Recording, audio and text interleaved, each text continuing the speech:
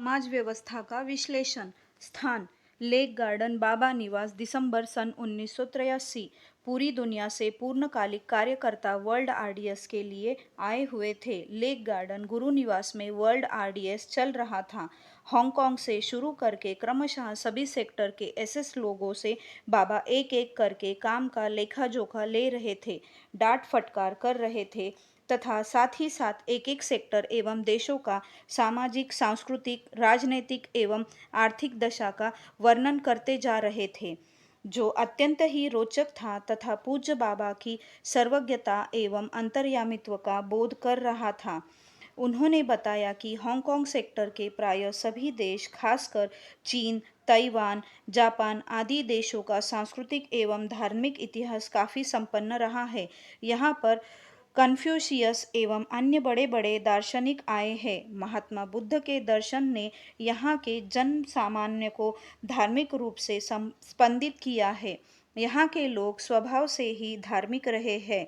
Japan, Taiwan संपन्न देश है तथा चीन, दक्षिण कोरिया इत्यादि देश भौतिक संपन्नता की ओर तेजी से बढ़ रहे हैं।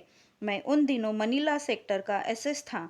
पूज्य बाबा ने मुझे खड़ा करके तथा मेरी ओर इशारा करके कहा कि तुम्हारे सेक्टर में थाईलैंड और इंडोनेशिया का सामाजिक एवं सांस्कृतिक इतिहास बहुत ही संपन्न रहा है तथा यहाँ सांस्कृतिक धरोहरें भरी पड़ी है। सिंगापुर आर्थिक रूप से संपन्न है तो मलेशिया आर्थिक विकास के पथ पर आगे बढ़ता जा रहा है। फिलीपींस देश की संस्कृति अमेरिकी प्रभाव से विकृत होती जा रही है। प्रत्येक देश की संस्कृति की रक्षा करना तुम लोगों की जिम्मेदारी है। सुवा, न्यूयॉर्क एवं बर्लिन सेक्टर आर्थिक रूप से अत्यंत संपन्न है।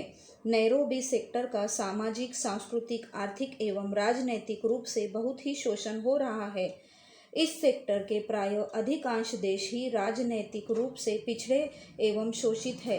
संपन्न देशों ने यहाँ के लोगों का हर तरह से शोषण किया है तथा यहाँ की संपदा का भयंकर दोहन एवं हरण किया है।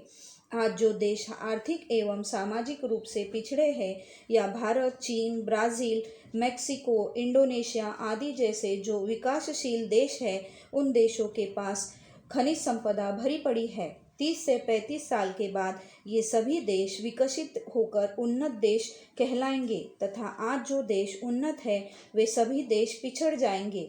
आज अमेरिका, ऑस्ट्रेलिया एवं यूरोपीय देश वर्तमान पिछड़े देशों की गरीबी का मजाक उड़ा रहे हैं, किंतु आने वाले भविष्य में जब ये देश आर्थिक रूप से पिछड़कर कमज़ोर हो जाएंगे, तब उस समय के संपन्न देश उन देशों की हंसी उड़ाएंगे कि देखो, किसी ज़माने में इनके यहाँ सूरज डूबता ही नहीं था, अब इनकी हालत तो देखो। पूज्य बाबा हंसते हुए बोले कि सब दिन एक जैसे नहीं रहते, कभी नाव पर गाड़ी तो कभी गाड़ी पर नाव।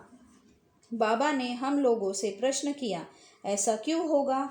थोड़ी देर रुककर पूज्य बाबा ने स्वयं ही उत्तर दिया, ऐसा इसलिए होगा क्योंकि आज जो संपन्न देश है वे अपनी संपदा का चरम दोहन और उपभोग कर रहे हैं। वर्तमान में विकासशील देशों के पास विपुल प्राकृतिक संपदा मौजूद है तथा जब ये देश विज्ञान एवं तकनीकी के द्वारा अपनी प्राकृतिक संपदा का उपयोग करके धनी देश बन जाएंगे, तब तक आज के ये तथाकथित उन्नत देश यथा अमेरिका, इंग्लैंड आदि की संपदा एवं अर्थव्यवस्था संतृप्त बिंदु पर पहुंच जाएगी। अंत में बाबा बोले, देखो जी, भारत का भविष्य हर दृष्टिकोण से अति उज्जवल है। 30 से 35 वर्षों में ही यह देश पूरी दुनिया का सिरमौर बन जाएगा। यह विश्व गुरु बनेगा। इसकी सांस्कृतिक एवं आध्यात्मिक संपदा अतुलनीय है। तुम लोग इसे विश्व गुरु बनाने में प्राणपण से चेष्टा करोगे। वर्ल्ड आरडीएस के दौरान बाबा के श्रीमुख से सभी सेक्टर के बारे में जानकारी पाकर हम लोग निहाल हो गए। बाबा का रिपोर्टिंग लेने का ढंग बड़ा ही रोचक एवं प्रेरणादायक होता था तथा उनके सानिध्य में हम साधकों को जीवन के प्रत्येक क्षेत्र में बहुत कुछ सीखने को मिलता था। उनके ज्ञान का कोई पारावार नहीं था। वे महासंभूति है तथा महान मिशन को लेकर इस धराधाम में उनका आविर्भाव हुआ है।